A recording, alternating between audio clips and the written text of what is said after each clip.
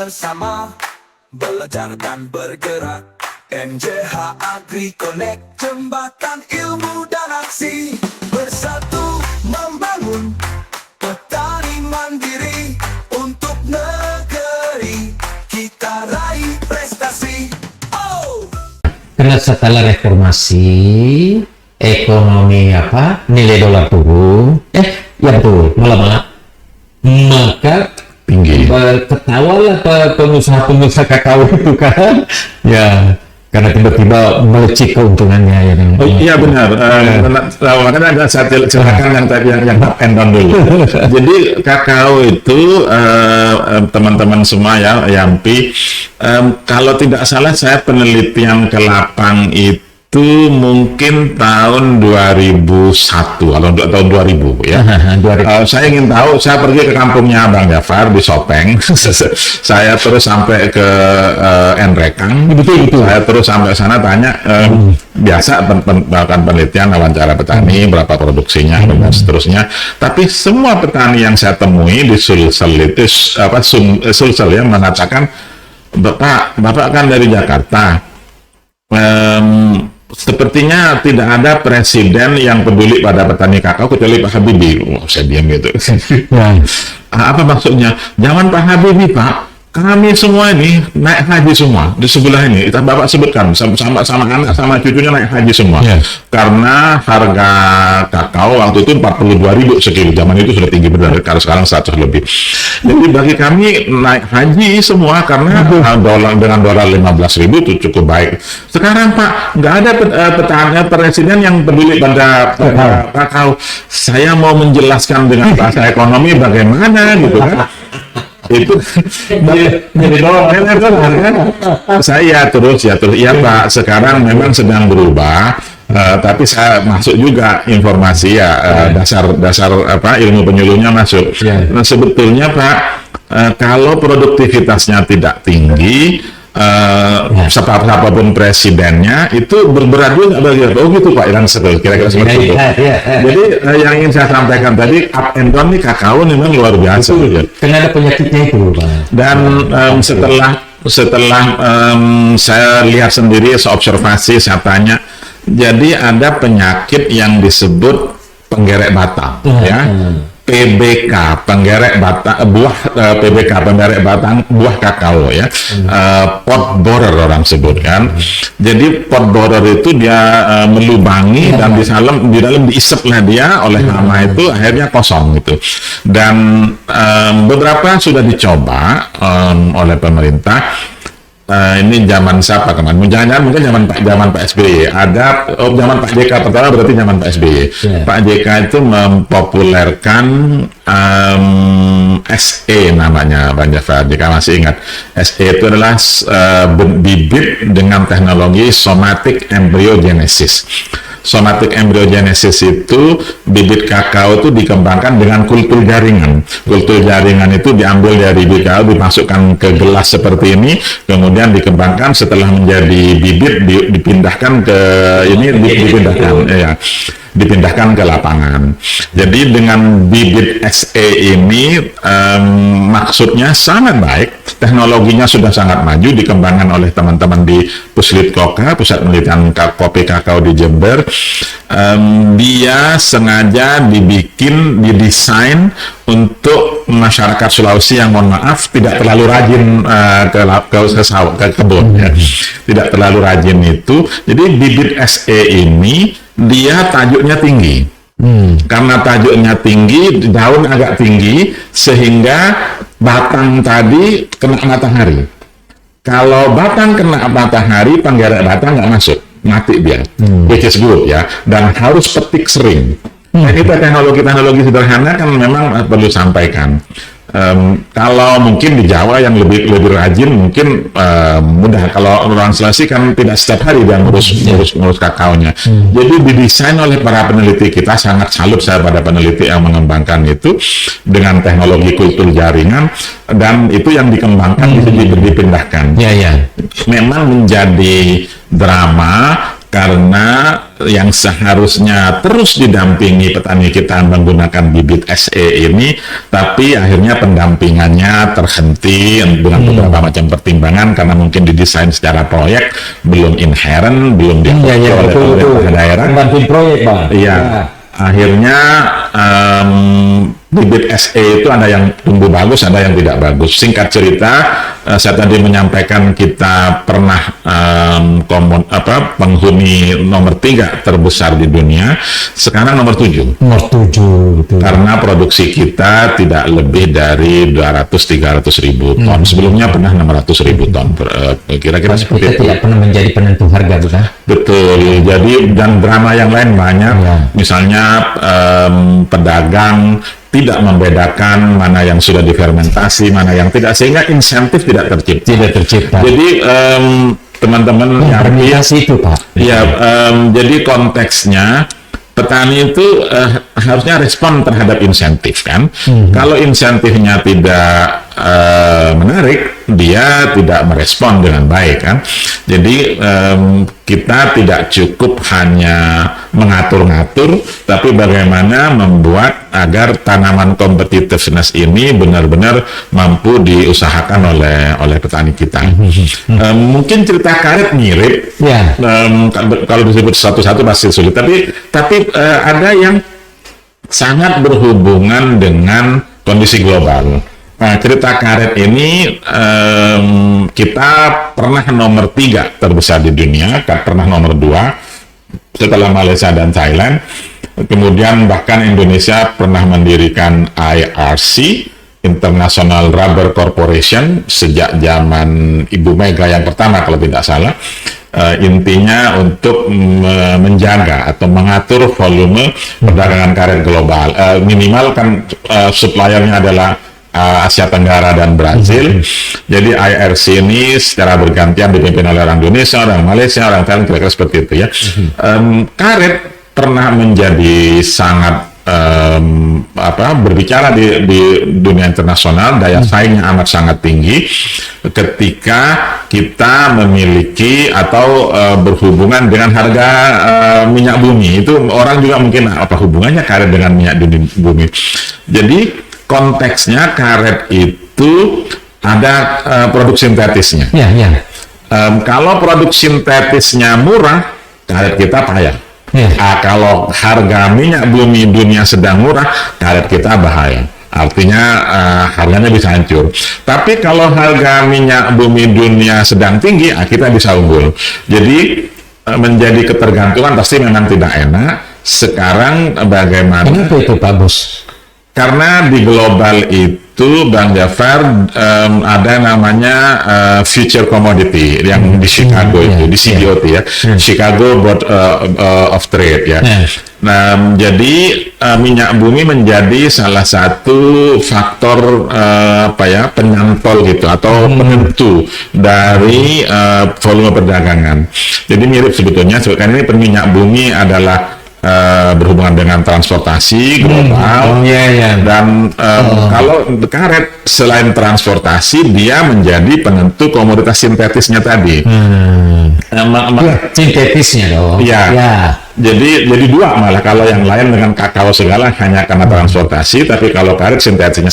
Kalau harga sintetis sedang mahal, karet kita juga bisa.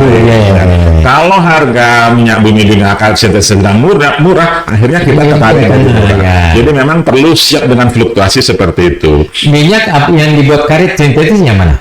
Minyak bumi. Minyak bumi. Jadi memang luar biasa sih. Tapi kalau menurut teman yang ahli teknologi, untuk bikin ban masih bisa, ya, karet gelang masih bisa.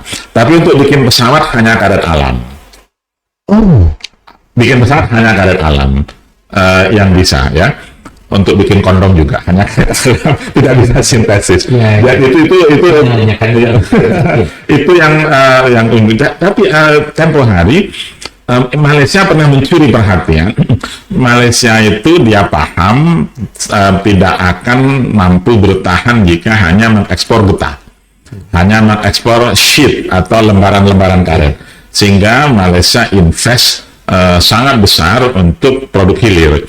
Dan siapa yang menyangka, termasuk produk kita juga akhirnya kita jual ke Malaysia sebagian, oleh Malaysia diolah menjadi produk hilir yang menjadi daya saing nomor 1 di dunia. Apa itu? Sarung tangan operasi. Nah, ya. Sarung tangan operasi produk Malaysia yang dipakai seluruh dunia itu luar biasa. Sarung tangan operasi tidak bisa dengan karet sintetis. Mungkin ada bahayanya ya atau apa itu. Betul. Dan dari situ kita selangkah lebih kalah dari Malaysia dalam konteks hilirisasi. Jadi jika kita mau bicara daya saing atau tingkat kebersaingan, sudah waktunya kita tidak memikirkan produk mentah atau setengah jadi. Harus kita pikirkan produk jadi. Bro Daniel, tapi kita kan punya pabrik ban. Goodyear kan ada di sini misalnya. Ya, bahan bakunya tidak semuanya dari kita. Karena produksi kita sudah berkurang, sekali lagi sama dengan tadi dengan kakao. Kita lupa kadang Mbak Jafar untuk meningkatkan produksi produktivitas. Jadi teman-teman Yampi, walaupun tadi saya menyampaikan mengenai hilirisasi, tapi karena kita berbicara agroindustri, hilirisasi ini masih sangat tergantung pada produktivitas di hulu. Ada yang mengatakan, bikin istilah baru, hilirisasi harus diikuti huluisasi, terserahlah istilahnya ya. Tapi poinnya, jika kita melupakan hulu, hilirisasi nggak jalan. Karena bahan baku. Iya, betul. Yang kita menghilir kan dari hulu. Betul. Kalau tidak ada itu nggak ada. Iya. Ya, betul. Kemudian satu lagi yang penuh drama juga adalah Kopi. Sebetulnya kelapa yang lebih banyak. Kelapa. Kalau kopi lebih lurus ya. Kelapa dalam. Ya, kelapa dalam. Tadi kita sebut kelapa sawit. Kelapa dalam ini sebetulnya kita nomor 5 atau 6 terbesar di dunia kalau tidak salah ya. Yang sekarang kelapa dalam ini sedang jadi primadona. Iya. Mengapa? Karena kelapa dalam ini banyak dicari orang bukan hanya sebagai fresh product yang menjadi pengganti sumber lemak yang rupanya jauh lebih menyehatkan. Jadi teman-teman Yampi jika sering membaca bahwa kelapa dalam dilabel sebagai mengandung kolesterol tinggi, mohon cek ulang lagi, jangan langsung percaya begitu saja. Karena justru di Cina sekarang banyak mengimpor kelapa karena kelapa gelondongan diambil coconut milknya, dipakai sebagai sumber susu atau protein milk bagi mereka yang laktose intoleran, yang perutnya tidak bisa mencerna susu, sehingga mengambil sumber susu dari coconut milk, dari santan kelapa. Jadi sekarang harga kelapa sangat mahal. Kelapa butiran sangat mahal, bukan hanya sebagai food product tapi ada tambahannya. Rupanya teknologi kelapa dalam ini sekarang bisa menjadi bioaftur untuk minyak pesawat. Dan itu yang sekarang sedang jadi primadona. Itu tergantung kita, akhirnya kembali ke kita semua. Kita paham, Bang Jafar, kalau kelapa itu yang nggak pernah diurus kan? Tidak pernah diurus. Bahkan ngambil tinggal seadanya, bahkan kadang pakai monyet untuk ngambil gitu ya, untuk ngambil pohon kelapa. Itu seharusnya sudah harus berubah.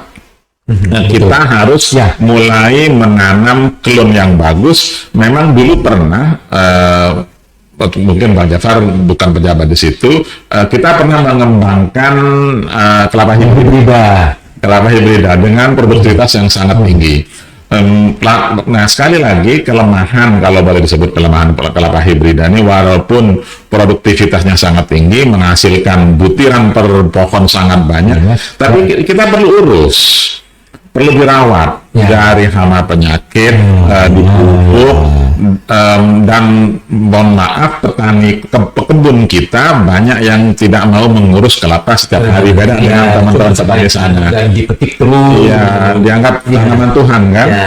Jadi nggak pernah, kalau nggak diurus ya sulit. Tapi kata orang, jobnya di lapangan itu menanam kelapa hibrida ini seperti punya istri dua katanya, istri kedua, istri muda. Dia harus dirawat, harus kalau tidak nggak berbuah dia. Semua komoditi unggulan ya yang bersandar pada teknologi, semuanya itu sangat peka terhadap gangguan. Ya, makanya harus dirawat. Ya, itu Pak. Soal padi-padi semua yang populer itu, ya pelita segala itu peka terhadap hama dan penyakit ya. Nah, kakao kita juga seperti itu. Nah, yang kedua Pak, kelapa itu kan memang tidak pernah dipelihara dari dulu, maka dapat dana. Kelapa yang mau dipelihara yang tidak dipelihara, Betul. Nah, maka dianggap gagal itu ya kelapa itu. Saya terakhir yang sangat tinggi daya saingnya adalah kopi ya. Kopi. Ya mungkin dari 4 itu kopi yang paling top. Nah, kopi kita pernah menjadi produsen masih sih produsen keempat terbesar di dunia. Kadang tergeser ke-5 setelah Brazil, Kolombia, Vietnam. Vietnam menyusul kita. Nomor 4. Dan kalau untuk Robusta kita nomor 2 di dunia setelah Vietnam. Karena Brasil banyak Arabica, Kolombia banyak Arabica. Mengapa petani kopi masih begini-begini saja? Sekali lagi sama dengan 4 komoditas lain sebelumnya, karena produktivitasnya kita stagnan. Rata-rata nasional itu 620 kg per hektar. Lampung cukup tinggi, Lampung hampir 900 sampai 1 ton. Tapi mau tahu berapa Brazil sama Vietnam? 2 ton. 2 ton. Ada yang 2,5 ton per hektar.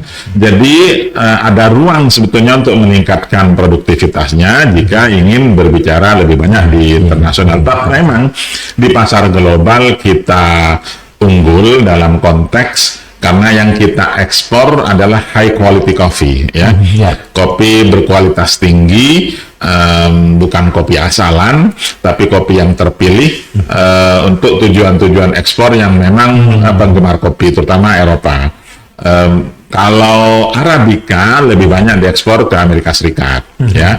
Kalau Robusta ke Jerman, ke Italia, ke Eropa Barat secara umum, Jepang dua-duanya Arabica dan Robusta. Tapi dramanya kalau tadi di sawit dramanya lebih banyak pada masalah lingkungan. Kopi juga mirip-mirip karena beberapa tanaman kopi kita ini ditanam di hutan nasional ya, hutan lindung bahkan. Dan dari situ kita menjadi bulan-bulanan juga apakah kopinya juga merusak lingkungan atau dan seterusnya. Tapi tetap kita tidak boleh kecil hati, kita harus mempopulerkan apa yang disebut dengan sustainable coffee practices ya, bahwa kita sudah mengarah pada berkelanjutan. Bahkan sebetulnya kalau tentang penggunaan pupuk kimia kita masih rendah karena petani kita jarang memupuk ya. Tapi jadi organik dia. Tapi yang berat tadi kalau memang buka hutan lindung itu. Nah, memang pemerintah sudah memikirkan jalan keluarnya.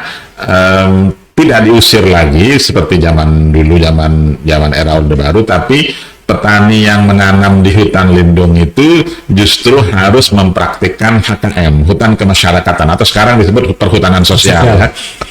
Dari situ masyarakat kita atau petani tidak memiliki lahan itu, tidak boleh memiliki lahan hutan, tapi boleh menggunakan right to use atau hak guna pakai ya. Dari situ dievaluasi dalam 5 tahun, kalau 5 tahun baik kinerjanya dan harus berkelompok, artinya hak pengusahaan hutannya itu bisa diperpanjang. Dan dengan seperti itu bisa saling mengawasi apakah ada perambahan atau tidak gitu, which is good ya, sebetulnya baik. Nah, satu lagi di kopi ini sekarang ada fenomena baru bahwa di domestik industri kopi juga tumbuh pesat. Betul. Kebiasaan anak muda yang urban itu, anak-anak profesional muda sekarang ngopi. Ya. ngopi tidak harus ke yang kopi asing ya. Kita sendiri juga banyak tersedia, minimal kasih free wifi juga, anak-anak nongkrong di situ. Artinya kehidupan berkopi di dalam negeri juga tinggi, dan pasar global juga mulai resah. Dari cara kita itu.